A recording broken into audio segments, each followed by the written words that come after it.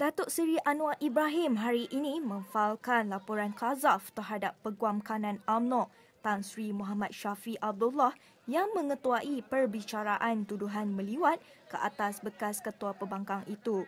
Ia susulan kenyataan Shafie pada program dialog di Kelana Jaya pada 17 Februari lalu yang beliau secara terbuka berkata Anwar meliwat bekas pembantunya Muhammad Saiful Bukhari Azlan tetapi gagal menampilkan mana-mana 4 orang saksi.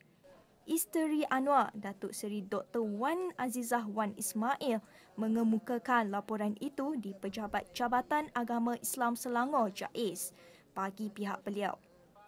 Katanya, laporan itu demi menegakkan keadilan dan hak Anwar yang dijadikan mangsa dengan niat jahat untuk menjatuhkan maruah dan peribadinya.